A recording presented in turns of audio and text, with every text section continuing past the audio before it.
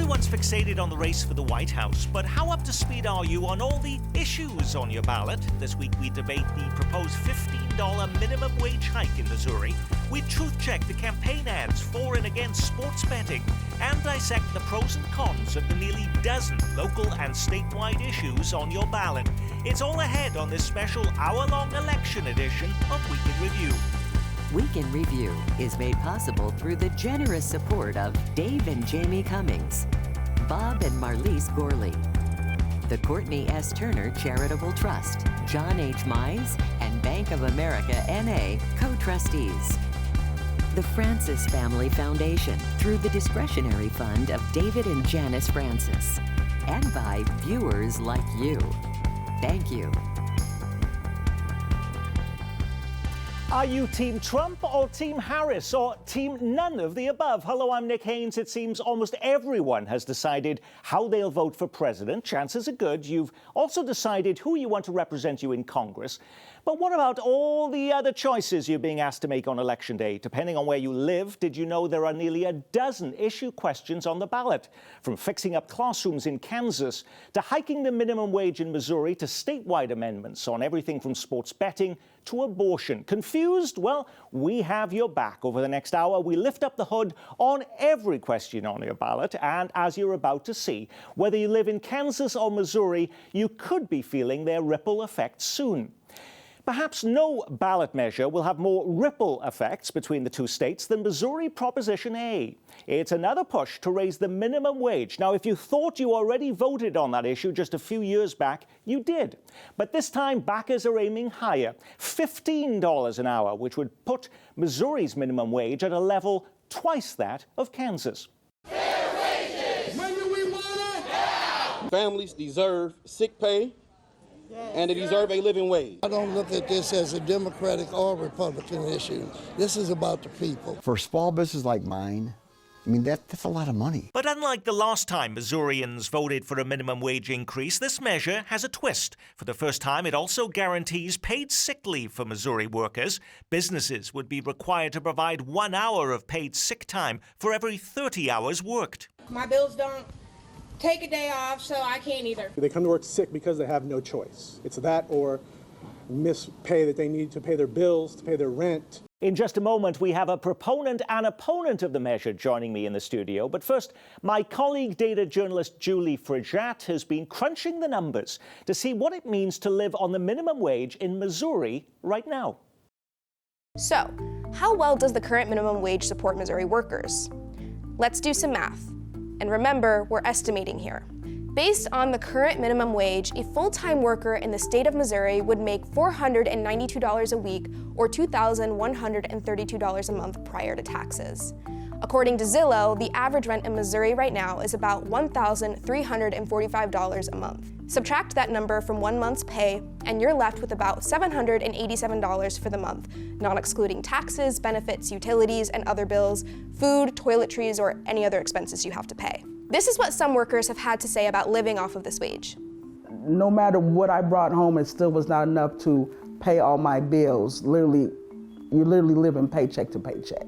And my kids have went without water, and we went without electricity, to the point where I had to put my kids at another location so that they can have lights and water. That hurt my soul because I felt that as a parent, I was a failure to my kids because they weren't with me. I couldn't be that mother I was supposed to. Opponents of raising the minimum wage argue that an increase to $15 would negatively impact low-income workers, citing a study out of Seattle where the minimum wage was increased to $15 in 2017. Something else to note is that currently, Missouri's minimum wage is higher than in some other states. Take Kansas, for example. Kansas has no minimum wage aside from the federal minimum wage, which is $7.25 an hour. So, should we increase the minimum wage in Missouri? Well, that's up to you. And joining us are two players on both sides of the minimum wage question. Caitlin Adams is Executive Director of Missouri Jobs with Justice, one of the leading organizations fighting for the minimum wage hike. And Patrick Tuohy is in the no camp. He is co-founder of the Better Cities Project and a senior fellow with the Show Me Institute. Caitlin, first of all, many of our viewers are going to say, boy, didn't we already just do this? Back in 2018, we went up to $12 an hour. That's almost $5 more than neighboring Kansas. Why do we have to do it again so soon? Yeah, I mean, we have worked with over 1,000 folks who gathered signatures in every county in the state, and 210,000 people signed the ballot to get it in front of voters in November. And we think that this is a solution that continues to be a need for our economy. We continue to see prices going up. And we think that this is a good guardrail that we need to continue to pay attention to for workers to put in place a minimum wage that gradually increases to 15. We see in our presidential election polls that inflation is the biggest issue, and prices of eggs and everything else that we are paying for at the grocery store and other places, Patrick, are going up. So why shouldn't workers' minimum wage go up at the same time? Well, what this is going to do is just exacerbate inflation. The measure basically increases the price of labor. And so if you are a shop owner, your choices are either to hire fewer people, give them fewer hours, or raise your prices, or a combination of the three. So the irony is this is only going to drive prices up and provide fewer jobs, which is exactly the type of thing that activists would not want. Did we have fewer jobs created, businesses closing in Missouri when in 2018 Missouri went from $7.85 to $12? I mean, did the sky fall on Missouri then? No, the sky didn't fall, but understand that the economy is not as robust as it would have been. Research around the country, hundreds of studies, the vast majority of them find that workers at the very bottom of the income level suffer the most because the jobs go to people with reliable transportation or with people in the middle class, high school kids, for example. And so what we're doing is we're benefiting a few middle class white kids in Kansas City, but we're not helping the people at the bottom of the economic ladder who desperately need that first job, who need that experience to move up their career. The minimum wage gets a lot of the attention in this ballot measure, but there's a twist to this. Yes. You've also added a guaranteed paid sick leave. Why make this even more complicated by adding an entirely different issue to this at the same time? I don't think that people find it complicated. 500 businesses have signed on to it because they know that when their workers make more money and are able to take off when they're sick, they retain better employees, and that makes their business better. And when people have more money to spend in the economy, they're going to spend it at their businesses. And so we see these as really combined issues. We know that folks get sick. I have 2 kids. That dreaded phone call from the school of your kid is sick. Like, I shouldn't have to choose between when I can go get my kid or be sick myself or get others sick in the place that I work, or if I can make money. How much of a problem is this? How many people in Missouri don't have paid leave now? Yeah, 1 in 3 Missourians do not have 1 minute of paid sick leave, and that's impacting about 338,000 kids and their parents. But there's a long laundry list, though, of exceptions I see in this measure, including if you're working for a business that has fewer than 15 employees. Will you be exempted? You wouldn't be part of it? Not exempted, okay. No. Yeah, if you are a business with 15 or fewer employees, you can still earn up to 7 days of sick days. And then if you are over 15, you can actually earn up to 56 hours. We did learn from the pandemic, Patrick, that part of the problem of not having paid sick leave meant people came to work even if they were feeling sick, and that actually increased problems in nursing homes and other facilities because the people who were more minimum wage workers were the ones who didn't have that. Isn't there an advantage to be having paid sick leave in Missouri? Well, look, if a company wants to offer it as a way to attract the workers they want, they are perfectly able to do that. What this does is take those 500 employers who signed on, who can already offer it, already afford it, and force that policy onto smaller mom and pop shops, for example, who can't afford it. In a way, it's a way for bigger businesses to chase smaller competition out of the market because they simply can't afford these benefits.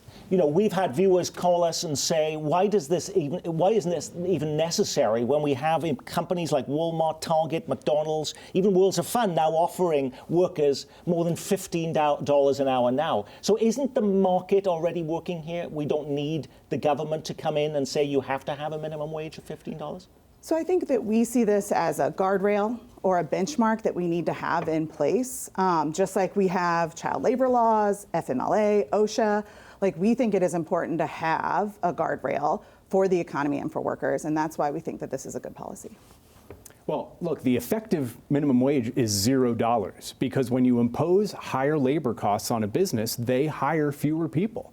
So you've got fewer people working. And again, this isn't just me saying so. This is research around the country. What happened in Seattle is that people were given fewer hours to work and employers hired fewer people. So again, this will benefit the suburban kids who have reliable transportation, their parents' car. This will help them earn more money. The people at the bottom of the socioeconomic ladder lose that first rung of being self-sufficient. And the other thing I worry about is if you are looking to open a business in the Kansas City metropolitan area, what this tells you is stay on the Kansas side, don't come into the plaza, don't go downtown, don't go into Missouri at all. Is that a fair criticism? We're a bi-state community.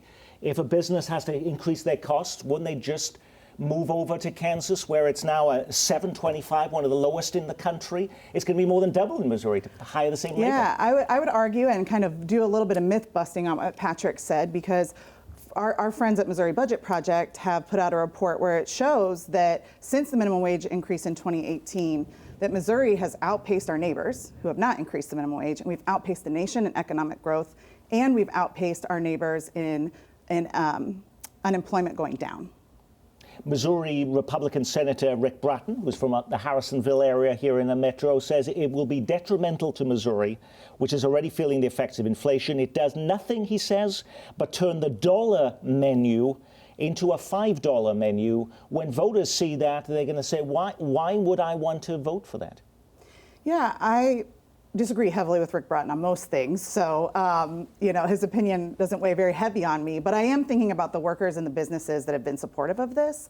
And what they think is that prices have already gone up, regardless of whether or not the minimum wage has gone up. We've been seeing corporate greed play out in lots of ways, both in this state and across the country.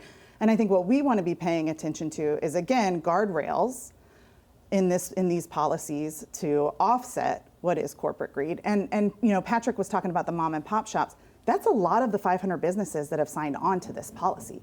They are folks who are taking good care of their employees, and quite frankly, want to see corporations do the same. Did we see a mass exodus of businesses leaving for Kansas when the minimum wage went up in 2018 from $7.85 to $12? I mean, that's a complicated question because we have seen businesses and people leaving Missouri for Kansas for decades now. I fear that this is just one more thing that makes the Missouri side of state line less attractive to open a business. And again, every time we all go to the grocery store, we react to higher prices. Sour cream, soda, beer, we consume less. Employers are going to do the exact same thing. If it costs more to hire somebody, they are going to hire fewer people. And again, this is research that we've known for years. We've seen it in Seattle. It would be wise, perhaps, to give us a few more years at the rate we have before we go and increase it again. And my fear is, if this passes, activists will be right back at the ballot in a few years to do it one more time. Why wouldn't they? Well, one reason why they might not do it again is, unlike abortion, and unlike sports betting, which are constitutional amendments, this is actually a proposition. Mm-hmm, it's a statute, yeah. Okay, which means that lawmakers could vote to repeal the measure if it passes. If this is passed in November, they could be back in January and overturn this completely. Why didn't you go that extra route that we saw with sports betting and abortion so that you could guarantee that this remained law in the state of Missouri? Yeah, we have always passed the minimum wage as a statute. And I'm not a lawyer. I don't actually know all of the legal thinking behind it. But I think it would be pretty foolish of the state legislature, and even some of our opponents agree, if this is a popular thing with voters, it should stay in place. Both sides of Missouri Proposition A, Caitlin Adams and Patrick Tuohy, thank you for being with us. Lots more to come on our hour-long On the Ballot special. We can dig into abortion and sports betting in just a moment. But do you ever wonder how these issues get on the ballot in the first place? Well, so do we. We've been taking a closer look.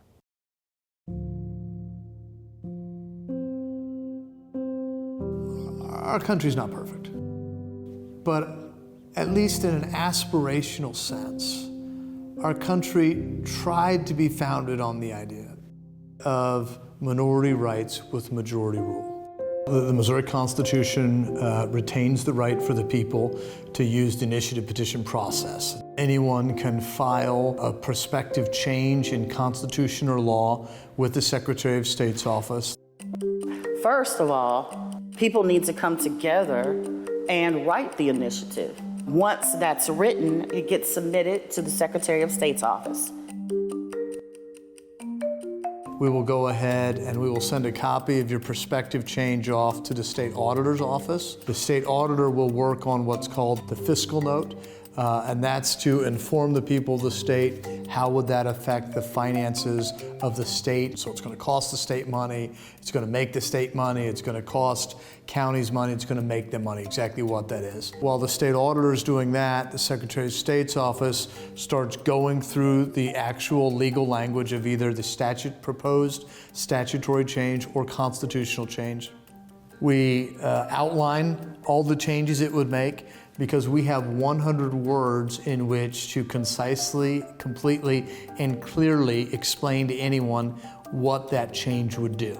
Attorney General's office signs off on whether or not he thinks those meet the legal requirements, and then we send it to the individual that wants to have the IP that filed it with us, and they now have what they need to go and start collecting signatures. In 6 of the 8 congressional districts, we would need 8% of the votes from the last election, which would bring us to about right up under 172,000 signatures in order to qualify for the ballot. Smart campaigners will definitely go for way more than that, because we know some of them might get tossed out, somebody might not sign it correctly. We then digitally send those signatures to the 116 election authorities across the state, checking to make sure that the individuals are registered voters, that the signatures match.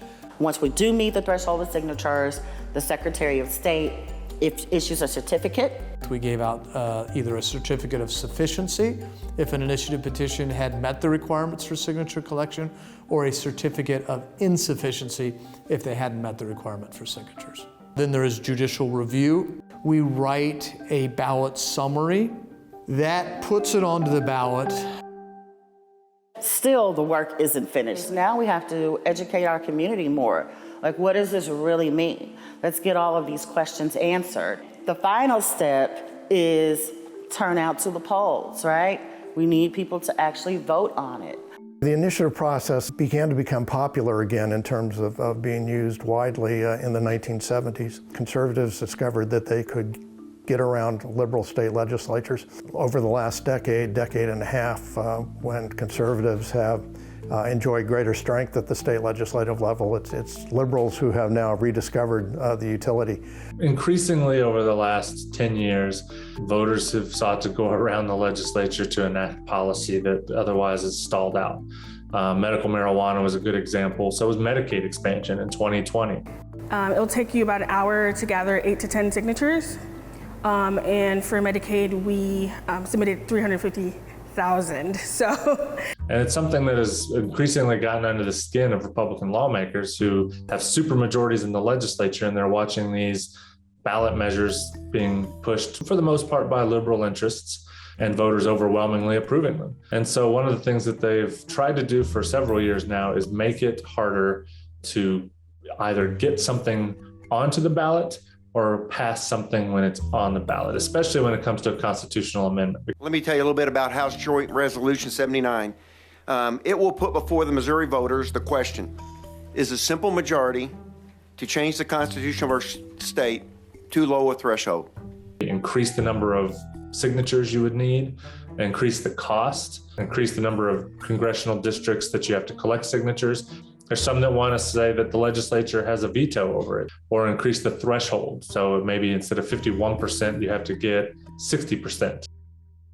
And it's worth noting, this is a constitutionally protected right, the initiative petition process. So ironically, in order to make it harder to amend the Constitution, this would have to go on the ballot and voters would get to weigh in. And so there might be a spirited campaign about whether to amend the Constitution to make it harder to amend the Constitution. We need to hold on to every single piece of power that we have, and our initiative process is it. We basically have the opportunity to participate in direct democracy because every vote actually counts. Now that you know how the sausage is made, let's head back to the issues themselves. 2 years after voters in Kansas went to the polls to affirm abortion rights, it's now Missouri's turn. And the state is getting lots of attention. That's because Missouri could become the first state in the nation to overturn a near total ban on abortion at the ballot box.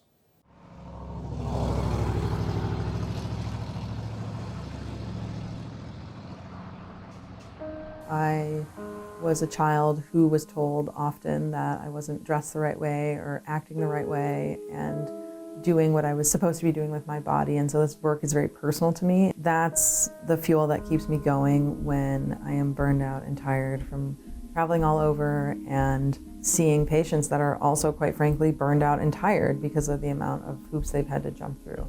There were 210 prosecutions for pregnancy-related complications in our country. Politicians will always say, we're never trying to prosecute pregnant people, and that's quite frankly not true. Missourians for years before the Dobbs decision were already going to Kansas and Illinois. Even those here in Kansas City or in St. Louis who may have had just a quick jaunt across the river are being displaced because there are patients coming from around the country. We saw in Missouri the first state to deny a pregnant person carrying a dead fetus inside her care at multiple emergency rooms because those hospitals, those providers were scared. Threatening physicians the way that this ban does means that new providers, medical students, and residents don't want to come to Missouri, especially in Missouri, a state with one of the highest rates of maternal mortality and morbidity in the nation. That will have a long-term impact on our state.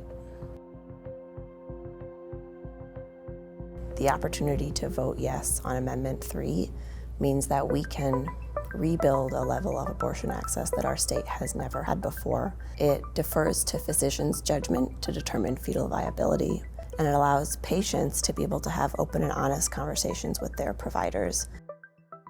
All Missourians are on the same team that we want good health care for mothers and we want to preserve life. We have significant concerns about the initiative allowing late-term abortions up until the moment of birth. It would allow young minors to obtain abortions without parental notification and consent. And that provider immunity clause should be a very significant concern for Missourians. And we're encouraging all Missourians to vote no on this initiative. Just like deciding between Donald Trump and Kamala Harris, most of us have probably made up our minds on this abortion question months ago, but there are still lots of unknowns you need to be aware of, with more on the potential legal minefields and unintended consequences of Amendment 3. And the other big questions on your ballot are UMKC political scientist Beth Vonamy and Park University political scientist Matthew Harris, tracking the region's top political stories for KCUR News, Brian Ellison, and Meg Cunningham, who has been tracking all these ballot measures for the Beacon. So what does Amendment 3 actually do? Now, we know Missouri now has one of the strictest abortion bans in the country. Does this swing the pendulum to the opposite extreme? Missouri Secretary of State Jay Ashcroft claims it gives women a right to abort at any point in their pregnancy, even at 9 months. Does it, Beth? No, I don't think it does. I mean, there's still the opportunity for the legislature to put in place restrictions after viability or approximately 24 weeks. So I don't think it opens up the possibility for most cases of abortion after that point of time. Even though the ballot language does allow lawmakers to put restrictions in place after this, Meg, but you still have to require 3 exemptions, lawmakers do, and that would include the mental health of a woman. And so critics of this measure would say, boy, you could find any doctor who's going to be able to tell a woman that this, if she has an abortion, this is going to affect her mental well-being. So isn't this just an opportunity to say any abortions can happen? That's certainly what critics are arguing when we're talking about Amendment 3 heading into November. I think one thing that's really important to note with this is going to be court battles for the next year. So I thought we already had all of those. A lot of these things are going to be ironed out in the court. You know, that definition of mental health, that might be up to a judge to decide. So we're just going to really have to wait and see with this. And Beth used the word fetal viability, which, you know, that might be fuzzy enough legally that could also be after, if this is voted in November, that could also then be something that we see in the courts for months. Yeah, I mean, there's a general definition of fetal viability in the 23 to 25 week range, but that's not something where there's a specific definition of that on the books in Missouri. And so judges are going to sort out how does Amendment 3 coalesce or meet with these laws that are already on the books, which ones can stand, which ones are now vacated. And we think about some of those laws, like, for instance, you have a 72-hour waiting period before you can have an abortion, and if you're a minor, you have to have parental consent. Do those go by the wayside if Amendment 3 passes? Well, I think that remains to be seen. I think Meg's being very optimistic by saying it will only be a year in the courts. I think it's going to be several years. Well, one of the things we've learned from Kansas, Nick, is that lawmakers who are opposed to abortion are going to try to push every possible edge to try to limit the scope of these abortion rights protections. So maybe it is to say a certain kind of waiting period doesn't violate that constitutional language about delay. Maybe they will argue that requiring certain kinds of counseling is not an infringement on the access. And so I think courts will have to determine those things in coming years. And I think we'll see other things like trying to funnel state funds to crisis pregnancy centers, for example. Meg. I've done a little bit of reporting on how the legal scenario might play out after or if Amendment 3 passes next month. And I talked to some lawyers in Ohio, and basically what they said back to me was, we're seeing lower courts really kind of side with the progressives who are challenging the old state statutes on the books. And those cases are in the middle of appeal. So those are heading up to the state Supreme Court, and it's really going to be at that point that those decisions come down. But so far, the lower courts are, ruling alongside abortion rights supporters in their arguments against waiting periods, parental consent, all of those sorts of things. The lower courts say there's not much argument. This is unconstitutional. Brian mentioned it could take years to go through the courts. We're also told even if this passes and there aren't those challenges, it could still take years to ramp up a system of clinics and open a brand new set of clinics in Missouri now that they've all disappeared. Once you get past the legal challenges, there's the logistical challenges of actually getting these clinics up and running and being able to staff them and getting actual patients to those clinics in a timely manner. I was looking at national statistics, and it said 63% of all abortions today are now taken by women involving a combination of pills, what we call medication abortions. If the number really is that high, Matt, would the impact of this new amendment won't be as great as we really think it is? Well, I think it will still have a great impact. The AG in the state of Missouri had been threatening pharmacies for prescribing those medications, and so I think the role of mifepristone, which the Supreme Court declined to rule against in June, the role of medication abortions, I think, can help to fill that void in terms of women being able to access abortion while it takes time for clinics to get back up and running. I mentioned at the beginning of the program, all of these issues we're going to be talking about today have ripple effects in Kansas, and that would certainly be true of abortion too. We have nearly 3,000 Missouri women heading over to Kansas every single year to take advantage of abortion procedures there.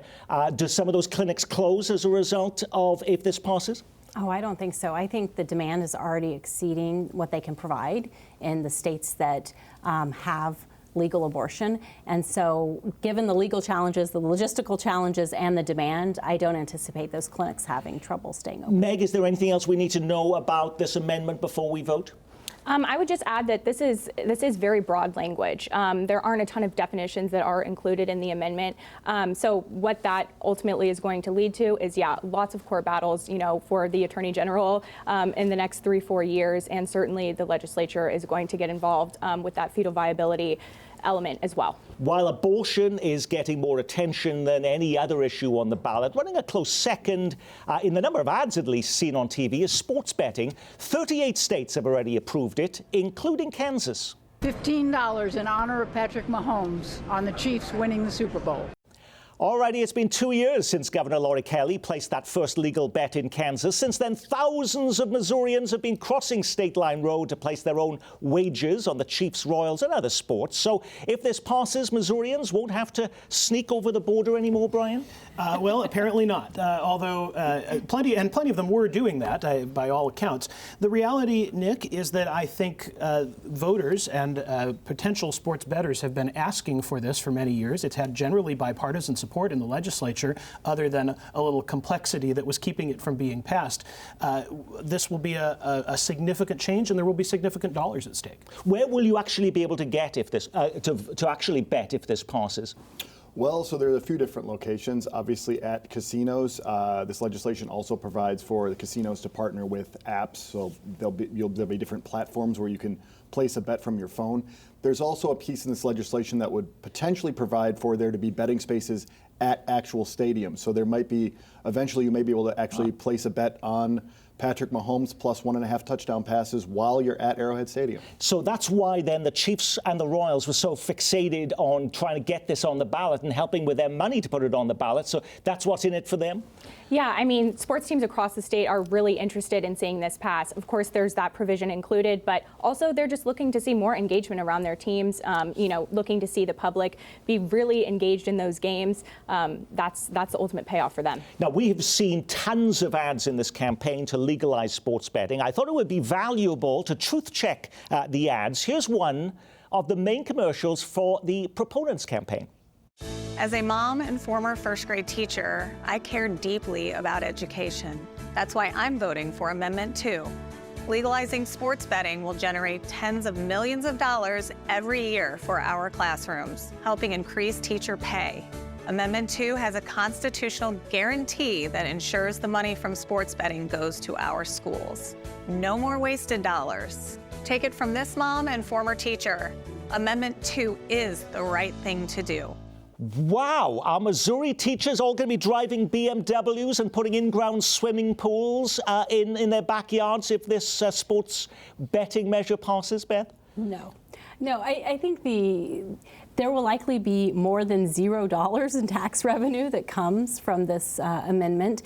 But whether it's $0 or $28 million or $100 million is really uncertain because that tax revenue depends heavily on the tax rate, on how much is actually generated in revenue, but also on all the exemptions and deductions that these sports betting houses are able to claim. But the campaign website says you can get $100 million over 5 years that will be generated for education. Yeah, they're certainly going to go on the max end of the range when they're marketing this to the public. There's a lot of concerns among teachers and school board associations across the state about where this money is actually going to end up. The School Board Association put out a note to its members saying this doesn't even designate for public schools. So there's a concern that this money could just be dumped into the general revenue fund in the legislature, and appropriations could be made differently than what we're seeing on television. We have a longtime viewer by the name of Raymond who tried to do the calculation for us, Matthew, and he says there are 67,000 teachers in Missouri, so $100 million over 5 years. That worked out for $298.50 per year. Yeah, so that's a nice television at Costco. I think, if you're going to vote for this, against this, I think you really have to, a big part of it has to be, do you want sports betting or not? Because the money, will there be some money? Probably, but given the deductions, given that we're not sure if, this money will be dumped into education, but other funds will be taken out of the general fund that would have gone to education, I think it's just really hard to say what the amount of money will be for education. Isn't this better than nothing, which is actually what will happen because they're all going over to Kansas? They're not getting any money out of this. It may be better than nothing, but maybe not much better than nothing. When she said tens of millions of dollars, she meant 2 tens of millions of dollars. Okay. And hold that against the amount that is budgeted for education in Missouri each year. It's $8.7 billion, Nick. So I'm not even sure we should be surprised if teachers don't even notice that little TV-sized bump in their wages. And let's remember, in Kansas, none of the money goes to education. It goes to help a special fund to lure a major sports franchise over to Kansas. So this actually, at least some of the money is going to schools, at least what the proponents say. Let's truth check one of the opponents' ads now. Big out-of-state gambling corporations are spending millions pushing Amendment 2, a deceptive measure they claim will fund education. Amendment 2 would give them the power to operate online sports gambling and rake in billions. But the state's official analysis concluded Amendment 2 would allow them to pay zero gaming taxes to Missouri. That means $0 for Missouri schools. Zero. Stop the deceptive online gambling amendment. Vote no on 2. Now, can you understand why the public is confused? $0 now going to schools, Matthew? What are we to believe? I mean, the number's probably somewhere between 0 and somewhere in the millions. One of the interesting things about these ads is one of the big proponents of the no side is actually Caesars. So, and they're not on the no side because they are opposed to gambling. They want a deal that's more favorable to them. So, well, that's good to know. So that's the reason why they're opposing it, though you would think that they would be. What else do we need to know about the sports betting measure before we step into our polling station on Election Day, Meg?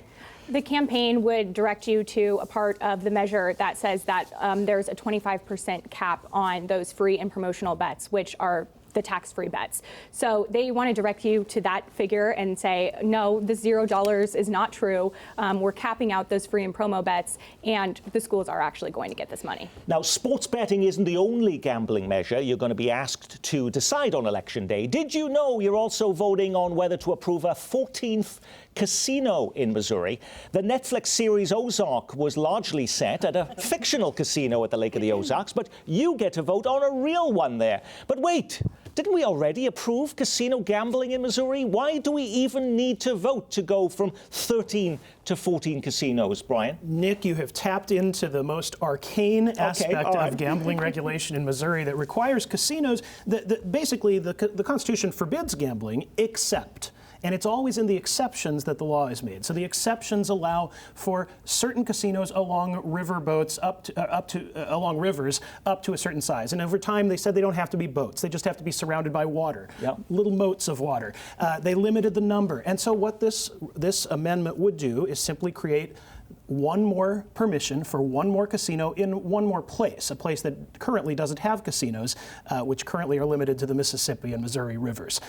It is a strange feature of Missouri's petition process that this is how you give permission for a casino to be built. Some people in Kansas City will say, well, why should I even be voting on it anyway, Beth? Why didn't you just let Lake of the Ozarks residents decide if they want a casino in their neck of the woods? I mean, as Brian pointed out, the number and placement of casinos is regulated by state law. And so as a result, the state is obligated to make a decision if we're going to expand that number and placement. I'm assuming, Matthew, that our own local casinos on both sides of state line here in Kansas City would hate this because that means less money going to their places. Yeah, you have to assume, I think the estimate is a couple $1 million a year would be going to local government entities where the Ozark Casino will be, and some of that money will obviously be new gamblers, but some of it will be people who would have otherwise gone to Kansas City or St. Louis, and so yeah, there are a few bucks at stake for local casino and local government operators. Absolutely, and you've got Kansas City and North Kansas City who also rely on some of that revenue. And does that mean less money for potholes, less money for snow plowing if this new casino is built? What we're hearing from proponents of this measure is the Lake of the Ozarks already has a really robust tourism, as destination. People aren't necessarily going to Kansas City to gamble. They're going to the lake, so let's tack on a casino and maybe we can, pull in some extra money that way. There is one local Kansas City casino that is not opposed to this. It's Bally's, because Bally's is going to control the casino that opens at the Ozarks. And that really makes the point that this is really a process driven by one company that will profit from this change to Missouri law. Now, you may have noticed that all these issues are playing out on the Missouri side. Does Kansas have any ballot questions to decide? Well, outside of whether to retain a massive list of state and local judges, the answer is no, with one exception. After voters in April turned down a tax increase to fix up crumbling classrooms in the Kansas City, Kansas school district, administrators are asking for a second chance instead of a tax hike. They've sliced their wish list down to $180 million, which district leaders say they can be paid for through bonds. What's the need? Well, let's go inside one of their more than 100-year-old middle schools. The ceiling collapsed. This entire hallway was full of water. Water got into classrooms, ruined teacher supplies. With the condensation on the walls, it makes it extremely hard to put anything on the walls. Duct tape doesn't even hold it. It's hard to work and also learn in a building that is literally falling apart. Now, it seems suburban districts are willing to tax themselves to improve their schools. That's a harder nut to crack in urban districts, Beth. Absolutely, but I also think the size of the tax originally, the $420 million, is more the issue than the actual existence of a tax. I also enjoy when we talk about bond elections, well, it's not a tax hike, as if bond money is free money. Is it free money, or who pays for that? I mean, I think one of the big issues when you talk about bonds is if the government entity defaults on those bonds, that can have an impact on things like the credit rating of the government entity. So that's always a concern when we talk about these bond measures. Brian, I'm also assume that Kansas City, Missouri School District is also closely watching what's happening in Kansas City, Kansas, because they too are looking to go to voters very soon in April and put a tax election on the ballot to fund schools there for the first time since in the 1960s. That's right, and with a lot of the same kinds of concerns, buildings that need complete replacement, buildings that need major upgrades. The size of the price tag on the Kansas City, Missouri side is $474 million. Larger, of course, it's a larger municipality, but the fact is that leaders, I think, are very worried, especially in light of the property tax debacle, some would say, that Jackson County has experienced over the past year. While Jackson County officials failed to put another stadium tax before voters, they did add a tax increase to fund senior services. With so many other races competing for attention, it's got lost in the shuffle, but proponents want you to approve a property tax increase to allow older residents to age in place with better transportation, Meals on Wheels, home repair programs. It's an issue that came up in our recent documentary on aging in Kansas City. How should we care? Let's say I'm closer to 90 than I am to 85. I really don't know why I've lived this long. It's just I came from a family where the women lived forever. By 2040, the 85 and older population is projected to more than double, and many, like Mary, will want to live in their own home. I don't mind my own company. I read a lot. If people need to think about it from a selfish perspective, what do you want as you're aging? You're going to want the dignity of staying in your own environment. For the household tasks that are too big to tackle by herself, Oh my goodness. Mary is helped by the non-profit Jewish Family Services. It's so important to me to be able to live here. JFS is helping about 150 Jewish and non-Jewish households on both sides of the state line. In America, we expect that older adults will have families who care for them. And the reality of that is it doesn't work for everyone. You want to do that today? Mary's children live away on the East Coast. Our society demographics are shifting rapidly, and we have not been very proactive and preventative. Infrastructure takes decades to build. Well, so Jackson County is now trying to build that infrastructure with a new tax. There are many seniors who would love more services, but is it kind of odd that given all the drama that Brian just talked about skyrocketing property assessments in Jackson County, that they've chosen to fund this with a property tax increase? I don't know if it's that surprising in light of there's just not that many other places to find revenue. The sales taxes are already pretty much maxed out according to state law. It's also, to put it in perspective, it's not the most enormous tax increase that an entity has ever sought from the government. So how much are we talking about here? Would it be $1,000 more, $100, about a cup of coffee? Or? Depends on the value of your property, but for a $200,000 home, it would be about $100 a year, so about $8 a month. I don't mean to diminish that for people who are living paycheck to paycheck. Any dollar counts, but at the same time, a lot of families are not going to notice it on their tax. And other counties do have this exact senior tax, just not Jackson County. So they were trying to get in line with what's happening elsewhere in the metro. If Jackson County has its senior tax, voters in Platte County are being asked to approve a children's tax, more specifically a quarter-cent sales tax to fund mental health and suicide prevention programs for tens of thousands of children and teens in Platte County. We know mental health is a big issue, but who gets the money and how do we know it'll go to the places the measure's supporters say it will? Meg? Yeah, so we heard county officials when discussing this, they were largely opposed to passing this. They were concerned about where the money would go. Platte County commissioners are conservative, and they said if there are liberals that are elected to the Platte County Commission in the future, this might be funding, liberal groups and that sort of thing. So that's a fear that they have. But they're pointing to surrounding counties and saying this is something that's happening, and we need to catch up. And Platte County is very quickly growing as well. And those critics have pointed to counties like St. Louis County and Lafayette County that have similar children's taxes funds in place, and they say they become slush funds for favored groups who have clout with the politicians in control of the money. Is that an unfair criticism, or is this something that voters should be aware of, at least, Matthew? Well, I think it's a little unfair because I think that supporters of the measure will point to similar measures in Jackson County and Clay County that proponents would say have worked have been very successful. And so I think there is a place for accountability, making sure, keeping track of where the money's going. But another thing to keep in mind is, voters could easily just repeal that. The Jackson County measure could have sunsetted a few years ago, and voters decided to renew it. So it's something you can try out, and if it doesn't work, rethink it. But that's one of the other criticisms, that there is no sunset on this tax. It will go on forever. If you say yes, that might be a negative for people going to the polls. Absolutely. I think that's obviously a concern for all voters. And I actually think it applies more broadly to almost everything we've been talking about. When we talk about constitutional amendments, these are constitutional amendments. This isn't just a piece of legislation. And so I think that's something that voters should be paying attention to. Let's head back to some of the statewide issues you're going to be deciding on November 5th, or earlier if you're casting an advance ballot. While immigration may not be directly on the ballot this year, Missouri is one of 8 states that will vote on a constitutional amendment declaring that only American citizens can vote.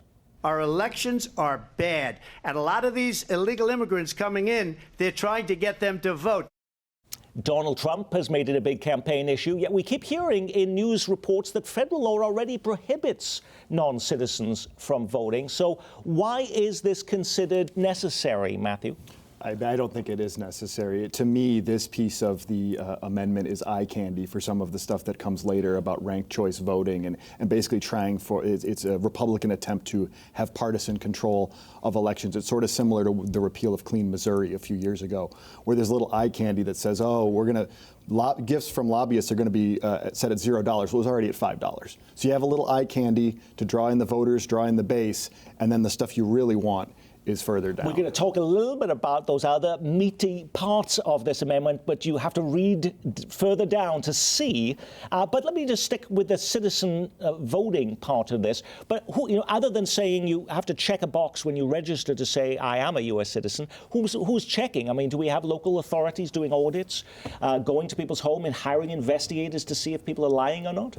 No, we don't have that. It's on a trust system, isn't it? Yeah, it's not, included in the amendment. I would also note, our wonderful election officials who do very thankless work, they already struggle with staffing and putting an election on. So this would be, an additional burden to them. And I would just note, we've seen the legislature tack this non-citizen voting provision onto a number of other voting changes that they have looked to pursue. Initiative petitions in the spring. It was a point of contention. They couldn't really agree on whether or not to include this. And for that exact reason, they think that the non-citizen voting will draw voters in for other measures that might not be so popular. The governor of Texas says the state just removed 6,500 non-citizens from its voter rolls. The governor of Virginia removed 6,300 non-citizens from its voter rolls. And this week, the Associated Press reporting how the DMV in Oregon mistakenly registered more than 300 non-citizens to vote. So it is still an issue.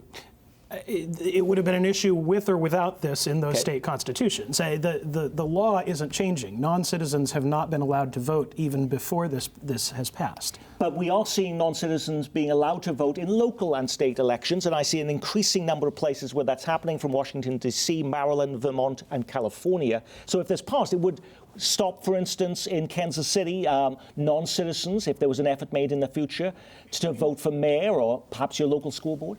Perhaps, but the Missouri Constitution specifically says citizens. So it's not just, Matthew referenced federal law, but it's both federal law and Missouri law that it's citizens who have the ability to vote in statewide elections. And yes, this would perhaps make it even harder. But I also want to pick up on something that was said earlier. When you submit a voter registration form, those forms are in fact checked. And so if you put on there that you're a citizen and you are in fact not a citizen, state officials check all kinds of databases, federal databases like the Social Security Administration and state-level databases like the DMV. So they are checked, even though they may not have all the staffing they desire. They certainly go through some checking. Now, while voters may look at the first line in the ballot question and make their choice, the crucial change on Amendment 7, as Matt already mentioned here, is buried further down in the lengthy ballot question. It prohibits some of the major election reforms that are gaining steam in states across the country, like ranked choice voting, which is now being used in Alaska and Maine, and could be approved by voters in Nevada this November. Clueless about what ranked choice voting is? Well, here's a quick primer. Politics is tearing us apart, and it's because elections aren't working for most of us. Here's why.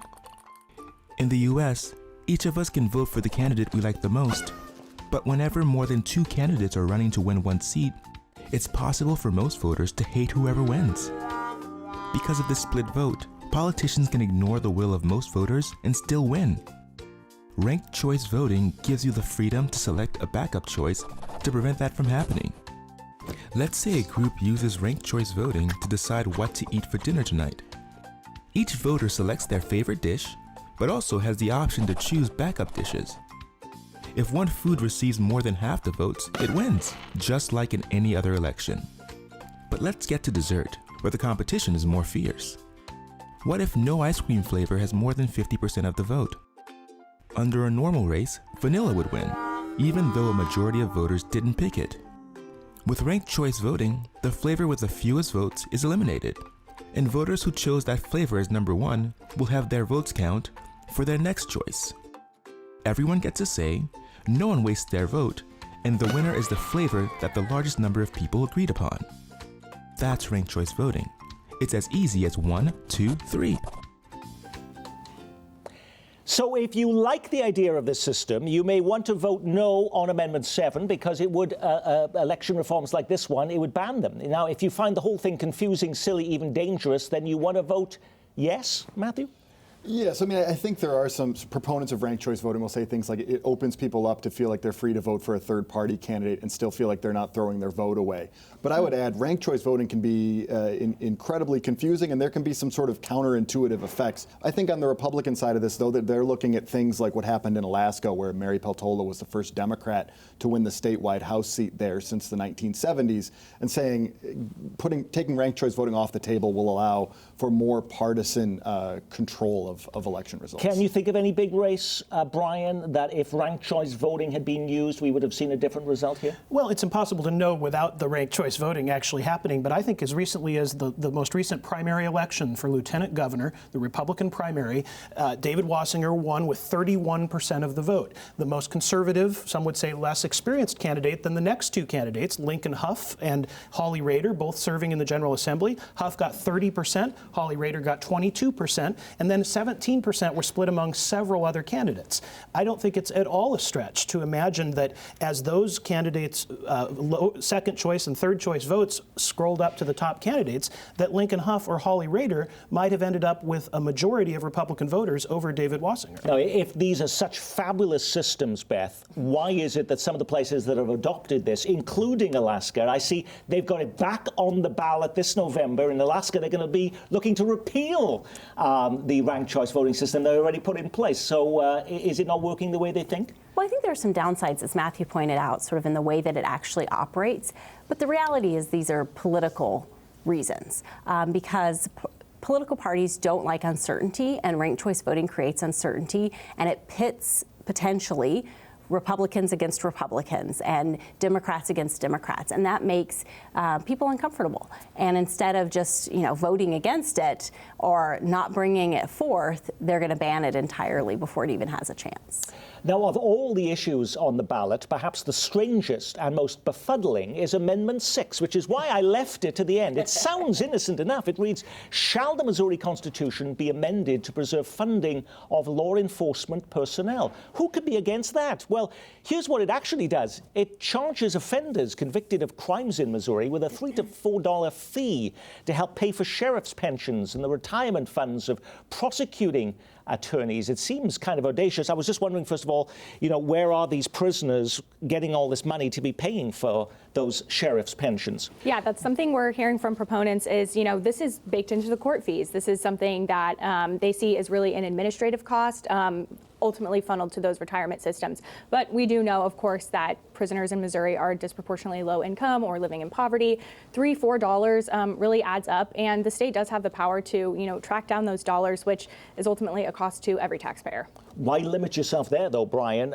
If you can have prisoners paying for the sheriff's pensions, why not helping to pay for a new Royals downtown ballpark, for instance? I mean, is there any limit here? I knew you'd find a way to work the ballpark into today's conversation. Nick, I think that's an argument that opponents might very likely make, is if we start adding a fee here and a fee there, rather than taking a more comprehensive approach to taxation and budgeting, where does it end? And is that really what's best for the state? Matthew and Beth, I mean, are there really any limitations on what you actually can place on the ballot? It seems in a lot of things we've been going through on the show that you can basically put anything you want before voters. Well, there are limitations in the sense that you have to, a little bit, you have to get enough people to sign on to those petitions. And this was lawmakers, though, who put this one on. Right, so whether it's the voters or it's lawmakers, you have to get enough people to sign on to put it on a ballot. So there's at least some minimal support out there, but it doesn't appear to be that there's all that many limitations. Speaking to that idea of limitations, I think it's important to note the reason this is coming before voters is the Missouri Supreme Court said a few years back that these fees were unconstitutional because they were not directly related to the administration of justice. And so that's the very reason that voters are going to have a say on this. So, Well, we've seen the legislature pick up the penny up until this point, allocating funds. We're seeing sheriffs themselves pay 5% into those pension funds every year. But budgets are extremely constrained when we're at the county level. And there's a lot of officials that are concerned about the excitedness over tax cuts in Jefferson City. And they're saying, okay, well, what about our county jails? So they don't love that this is a cost that they lost access to. Well, so thank you for showing us that there is actually a method to the madness here. And there are explanations as to why we are seeing these on your ballot. You have been watching On the Ballot, your handy-dandy guide to all the issue questions you'll be deciding on Election Day with UMKC political scientist Beth Vonamy and KCUR's Brian Ellison. From the Beacon, Meg Cunningham, and Park University political scientist Matthew Harris. Of course, there are dozens of state legislative and congressional races on the ballot, too. We haven't forgotten about those with our partners in public media, including the Beacon and KCUR. We've put together your 2024 Kansas City election guide. We've profiled all the candidates for you, and you'll see what their positions are on all the hot button issues. It's just a mouse click away at kcvoterguide.org. And if you feel shortchanged this week because you live in Kansas and most of the issues we discussed are in Missouri, we rebalance the scales next week as we bring you the Kansas 3rd District congressional debates. Sharice Davids will be here taking on her Republican opponent, Prasanth Reddy, right here in our studios. It's part of a joint partnership with KCUR and the Johnson County Post. Until then, I'm Nick Haynes. From all of us here at Kansas City PBS, be well, keep calm, and carry on.